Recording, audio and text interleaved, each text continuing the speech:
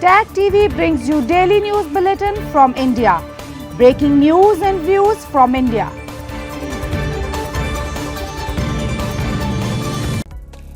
You're watching South Asia Newsline and here are the top stories we are tracking for you on Monday, the 22nd of January.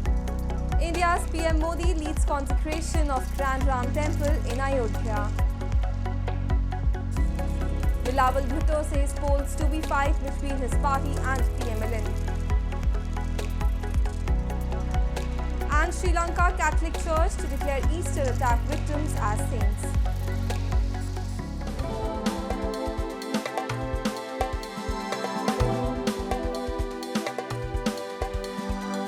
And now for all the details.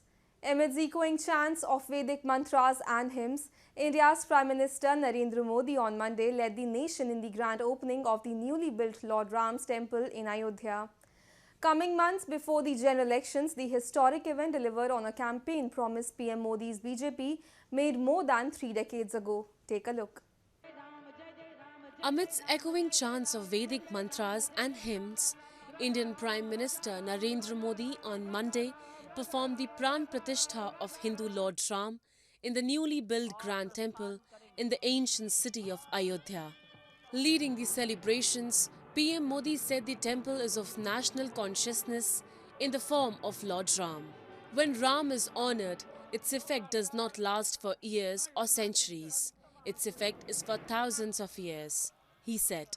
Calling January 22 as beginning of a new Kal Chakra or time cycle, PM Modi said people would remember today's date even after thousands of years. हमारे रामलला अब tent में नहीं रहेंगे।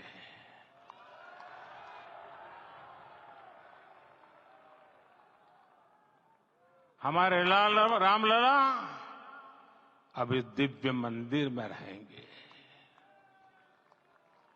मेरा पक्का विश्वास है, अपार श्रद्धा है कि जो घटित हुआ है इसकी अनुभूति देश के, विश्व के कोने-कोने में राम भक्तों को हो रही होगी.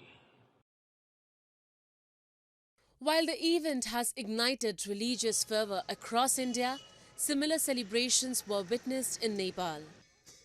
Hindus believe Janakpur town in Nepal to be the maternal home of goddess Sita, wife of Lord Ram. People were seen seeking blessings in the temple dedicated to goddess Sita as the grand opening ceremony took place in India.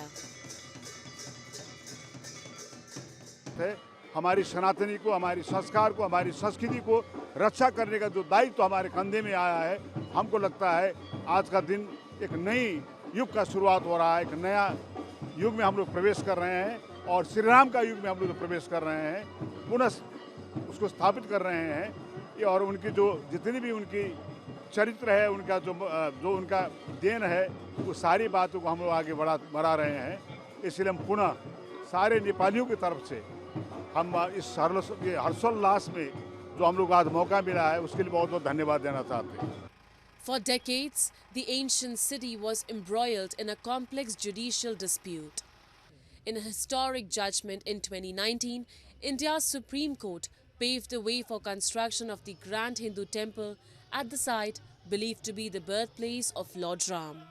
The event, which signifies the Hindu faith of the triumph return of their deity, also marks the fulfillment of PM Modi's BJP decades-long campaign promise of building the temple. Ahead of the general election in February, Pakistan People's Party chairman Bilawal Bhutto Zardari on Sunday urged people to vote for him and said that the polls will be a struggle between his party and PMLN party led by former Prime Minister Nawaz Sharif. Addressing a public gathering, Bhutto said, except for his party, all the parties represent elites who benefit affluent individuals while harming the poor. He stated that his party would help the country overcome all political, economic and security issues. Pakistan, which is operating under a caretaker government, secured a $3 billion IMF loan last July that helped it pull back from the brink of a sovereign debt default. However, the 9-month standby arrangement is set to expire this spring, and the IMF is facing tough choices on how to deal with Pakistan's debt situation after the February 8 election. Moving on, absence of proper medical facilities in Gilgit Baltistan has remained a matter of grave concern for the locals in the region. They cite the negligent attitude of Islamabad as the primary cause for their misery. Quality healthcare is not just bedrock of a healthy society, but also an indispensable component in the growth of a country or region. But unfortunately, locals in Gilgit Baltistan, a territory under Pakistan's illegal occupation, are suffering due to lack of health facilities. A local said it is injustice that people in the region are forced to travel to Islamabad for even their basic treatment, while there is no machinery to diagnose them. तो हुकूमत को चाहिए कि गिलगित बल्तिस्तान में health के हवाले से जो है तमाम फैसिलिटीज़, उसके जितने भी डायग्नोस्टिक मशीनरी है उसकी यहाँ पे इंस्टॉलेशन उसको यकीनी बनाएं, वरना गिलगित बल्तिस्तान में अगर इसी तरह ही लोग जो है छोटे छोटे केसेस रेफर करवा के इस्लामाबाद जाते जाएंगे तो मेरे ख्याल में ये बहुत बड़ी ज़्यादती है। यहाँ के लोगों की आमदनी इंतहाई महदूद है, वसाइल यहाँ पे महदूद है, रोज़गार के बिल्कुल जो मौक़े हैं वो इंतहाई नापेद हैं, तो इन तमाम मामलात को देखने की ज़रूरत है। Another resident said Pakistan's apathetic attitude has worsened the situation, with the health sector deteriorating due to excuses like low budget. किसकी वजह से नहीं हो रहा है? गिलगित बल्तिस्तान में कहते हैं कि फ़ंड्स की कमी की वजह से अभी फ़िलहाल जो हेल्थ इन्वायरमेंट फ़ंड से इलाज की सहूलियत थी उनको रोक दिया गया है। तो आज हमारी बात हो गई थी एक ज़िम्मेदार से, वो कह रहे थे कि हमने फ़ाइल चीफ सेक्रेटरी और सेक्रेटरी फाइनेंस को भिजवा दी है, लेकिन वहाँ से कोई जवाब नहीं आ रहा। And Sri Lanka's Catholic Church Cardinal Malcolm Ranjit has announced a move to declare all the victims of the 2019 Easter bombing attacks on its 5th anniversary as saints, local media reports have suggested. The Cardinal on Sunday said one can be called saint after the completion of 5 years since their sacrifice, and they have been decided to officially declare them saints on 21st of April. 9 suicide bombers belonging to the local Islamist extremist group carried out the series of devastating blasts that tore through 3 Catholic churches and 3 luxury hotels in 2019, killing nearly 270 people. Over the past 5 years, Cardinal Ranjit was at loggerheads with Sri Lankan government seeking justice for the victims. He slammed all investigations as a sham and a political cover-up. Moving on, after a teenage boy from a remote island in Maldives lost his life due to delay in airlifting him to capital Malé, opposition leaders have slammed President Mohammad Muizzu for restricting the use of the aircrafts provided by India.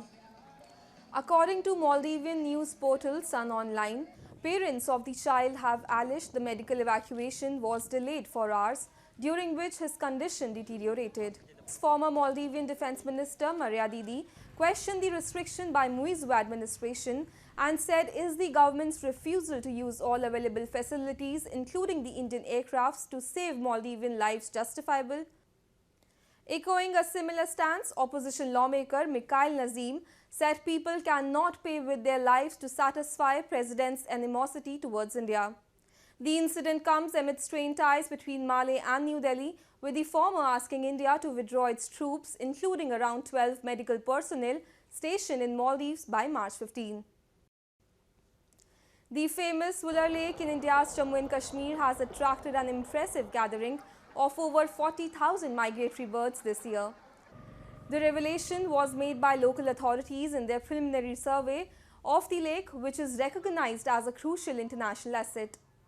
The notable sightings include red-crested pochard, ruddy shelduck and grey lag goose. Interestingly, some birds were spotted for the first time since the restoration efforts in the lake. Each year, migratory birds make their journey from regions such as Siberia, Japan, China and other countries to the wetlands of Kashmir. काफ़ी सारे birds आए हैं जिनमें grey leggings, red crested pochard है, हमारे common शेलडक्स आए हैं और इम्पोर्टेंटली हमारे ब्लैक नेक ग्रीव्स वापस आए हैं जो लास्ट टाइम फर्स्ट टाइम हमने देखे थे, इस साल फिर से वापस आए हैं। तो हम एक्सपेक्ट कर रहे हैं हम जो last time first time birds देखे थे उसके अलावा भी काफ़ी सारे बर्ड्स इस साल भी आएंगे। That's all in tonight's edition. We will see you same time tomorrow. Good night.